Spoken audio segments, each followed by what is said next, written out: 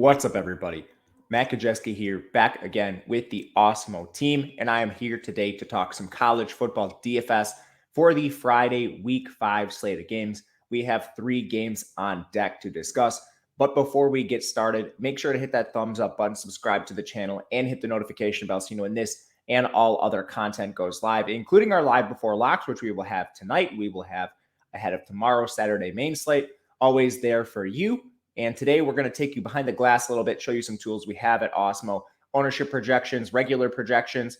We have slate write-ups, everything you could possibly need to dominate these particular contests. And today we're going to go game by game, and we'll start with Houston taking on Tulsa. This game has a middling total overall in the context of our current slate. It's a 5-point spread in favor of Tulsa, a 55-point total overall. And first thing to mention here, we have 2 fairly up-tempo teams so far this year, particularly on the Tulsa side, but both teams are going to be fairly pass-heavy as well. Houston's been pass-heavy year over year, and looking forward, this is a spot where maybe we look towards a high-scoring environment, both quarterbacks in play. But first thing to note here, Clayton Tune is coming into this game with an injury. He did suffer a hamstring against Rice. He played in their last game, but he didn't rush at all. He finished with -1 rushing yards, which is unlike Tune. He's one of the better dual threats in this conference typically, and that kind of brings him down a tick. Still very much in play, especially over on DraftKings where the $6,500 price tag is affordable. And then, of course, you have Houston's numbers just a little bit depressed because of the injury to Tune. Now, he's been a very good quarterback, pass-heavy offense, fairly up-tempo. He's going to be a solid play, assuming full health. So maybe rendering him a little bit more of a GPP play. In the running back room, Malbakar got hurt again to start the year, as he has seemingly every year of his career. But that did allow Alton McCaskill, their impressive freshman, to take over lead running back duties. He's splitting with Tayzon Henry, former Texas Tech transfer, but it is going to be mostly McCaskill, and they're slight underdogs, but he's still very active in the pass game. He has 10 targets in the year. He's averaging 15.3 opportunities per game, which is fairly solid. I would try to play him over someone like Tayzon Henry, who was only averaging 9.7 touches per game, pretty drastic difference. And Malbakar has been phased out. They're going to be GPPs in the timeshare, but McCaskill, a fairly decent option today. In the receiving room, Nathaniel Dell has been the clear alpha. He is at 29% target share, and nobody else is higher than 14%. Dell is averaging 9.5 targets per game, 86 yards. He's a little bit cheaper, and particularly so on FanDuel. I think this is a potential shootout, so if you're stacking this game, Dell is going to be your priority. From there, the wide receiver 2 has been actually their tight end, Christian Trahan, who has 138 yards. He's averaging 4.8 targets per game. So there's a pretty big step down, but he's only 3,700 if you're looking for a secondary receiver.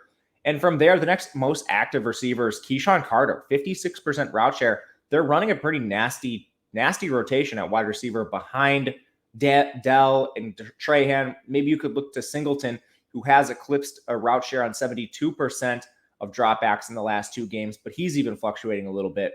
Marcus Jones is someone they've used a lot. He's a former cornerback. He's not in the player pool in DraftKings.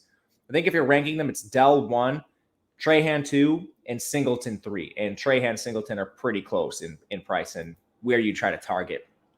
For the Tulsa side, you have Davis Bryn taking a step forward recently in the last 2 games at least. He's eclipsed 300 yards, putting his average now at 300 overall, which is solid for Bryn. And again, pass-heavy environment, up-tempo on both sides. There's a decent shot he approaches these numbers today. He's not as mobile, but at 6,700, you can certainly get to Bryn because of volume.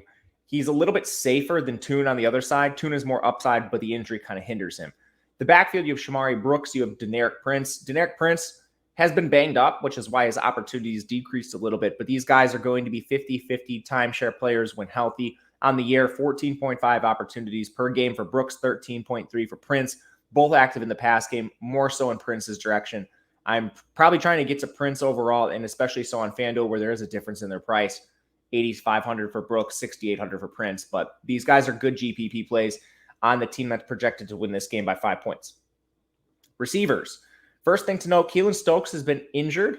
He's listed as out on DraftKings. That is not up to date. We do not know if Keelan Stokes is going to play. So our player projections have him in right now, but just monitor Keelan Stokes. He's the wide receiver 1 when healthy.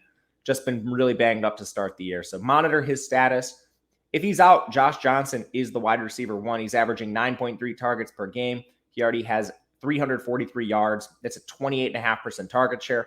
Juan Carlos Santana has been the wide receiver 2 for the most part. He has a 21.5% target share, 259 yards, is second on the team overall. So very strong numbers from Juan Carlos Santana. It's just you also have some other players heavily involved.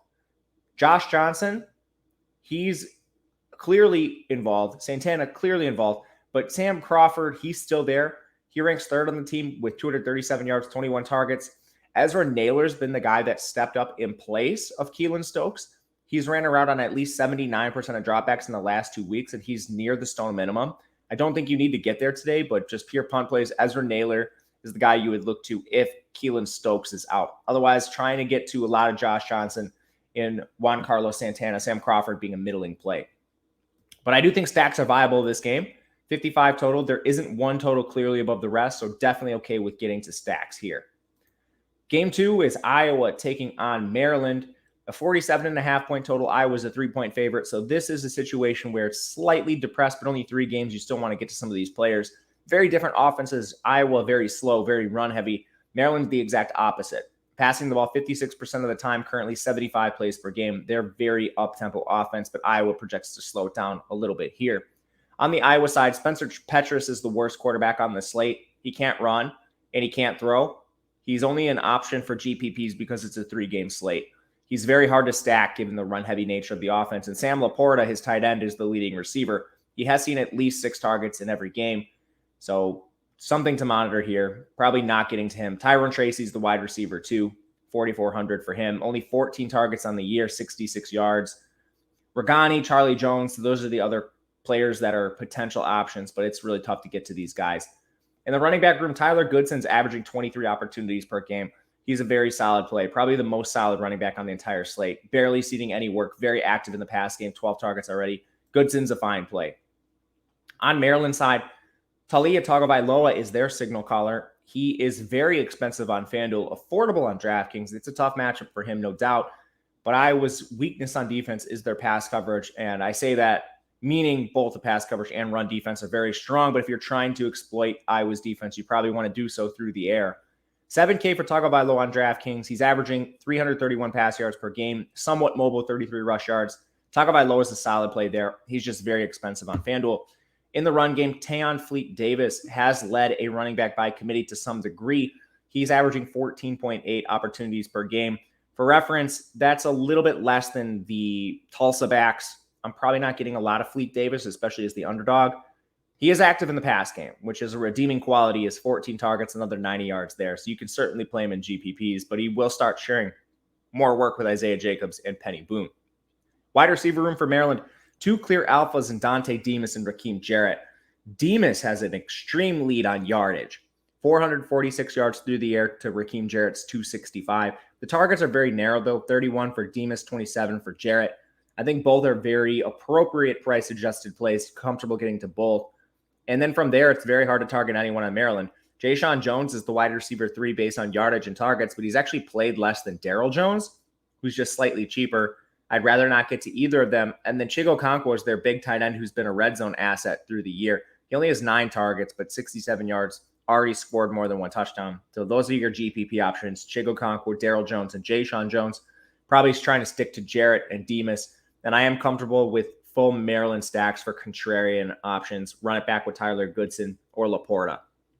Last game. This is the most attractive game overall for DFS. It is a 61.5-point total, 9-point spread, moving towards 10 in favor of BYU. And it looks like BYU is going to get Jaren Hall back. He's a fantastic dual threat quarterback, and that's his strength, the 166 yards on the ground. That's why you're interested in Jaren Hall. Again, they have the highest team total on the board, and he's very active with his mobility, which is fantastic. That does somewhat hurt the receivers. You have Neil Powell is the number 1 so far. He has 232 yards to Gunnar Romney's 227. Take that with a grain of salt. Gunnar Romney was injured in week 1. That's why the target discrepancy was 11 for Powell to 2 for Romney. Romney, as you can see, is more expensive on both platforms. So the providers are aware of this already. They're both solid price-adjusted plays. But in terms of the expensive receivers, Not going to prioritize Romney as much. He's just averaging 4.3 targets per game. Again, that's probably closer to like the 6.5 Pau is averaging. But low volume offense and like Thompkins on the other side of this game, 300 cheaper. He's just going to see so much more volume, and we'll get to him in a second. In the running back room, Tyler Algiere has been splitting with Lopini Katoa, but this timeshare is increasingly moving in favor of Algiere, who's outcarried him 80-29 on the season. Now, Katoa does have more targets. They use him a lot in the pass game, but BYU hasn't been trailing much, and they're not projected to trail in this game. They're 9-point favorites. So Algiere, he has 21 opportunities per game. He's right there with Goodson, I think, is the number one running back play on the board. The thing BYU's been lacking in the run game is efficiency, and now they're playing a Utah State defense that's allowed 245 yards on the ground to opposing FBS opponents. Algiere's a completely fine play. On the Utah State side, they have been using a little bit of a quarterback rotation, but it's moved increasingly in favor of Logan Bonner in passing situations, with Peasley just coming in on clear running situations, gadget-type plays. So Bonner is becoming more and more GPP viable. I think you can play him today. He is somewhat mobile, but not really so, especially comparatively to Peasley. But it's a voluminous passing attack. Utah State, their pass rate is near 50%. They're running 83 plays per game, right on par with what we saw last year for them. They're going to run a lot of plays overall. BYU will depress that, but it still keeps Bonner in play for GPPs. In the backfield, what was once a timeshare is not really as much anymore. Calvin Tyler, he's been dwarfing the carries of John Gentry and Elliot Noah. 19 carries last week, 19 carries the week before. Nobody's seen double-digit touches in the backfield outside of him in recent weeks. He's a pretty clean play, averaging over 100 yards per game, also active in the pass game with 8 targets. Tyler is a completely fine play, even though they're underdogs here. Would rather play Algiere and Goodson, but if you can't get there, Tyler's okay. In the pass game, Devin Thompkins, he's 300 cheaper than Gunnar Romney, and the volume is just so much better. He actually has been efficient, too, in some pretty tough matchups. They played Boise State. They played a number of other teams. And BYU, they are the strong favorite in this contest. We saw Utah State get blown out last week. But overall, Thompkins has still been able to produce in a lot of these matchups. Comfortable with him here. He's averaging 130 yards through the air, 11.5 targets per game. He should be more expensive than Gunnar Romney. He's just not. He's the preferred play.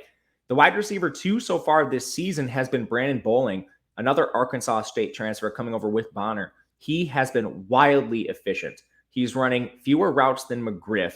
He's seen fewer targets, but he has 326 yards through the air to McGriff's 159. And even with the efficiency, they haven't increased his playing time. That makes McGriff, to me, a strong value overall. McGriff has still been targeted 6.8 times per game to Bowling's 6.5. And if you're looking for a pure value play, McGriff is going to be the guy that has the most consistency, even though the upside hasn't been there as much. From there, Derrick Wright reasserted himself kind of as that wide receiver for Utah State, typically playing 4 wide. He only has 168 yards, and he's actually more expensive than McGriff, but in GPPs, Derrick Wright needs to be considered. And lastly, Stephon Scarborough is playing a rotational role. He's only averaging 2.7 targets per game, but pure dart throws, big GPPs, Stephon Scarborough's on the field a fair amount. He's a name to monitor. More than comfortable stacking this game as well. But that will do it for us on the 3-game slate. Hope you enjoyed the breakdown. Let me know in the comment section your favorite play. Otherwise, live before lock tonight, hit up this main slate breakdown too. We will be doing that coming up later today. Otherwise, I'm Matt Gajewski on Twitter at Matt_Gajewski. Thank you guys for watching. We will see you again next time.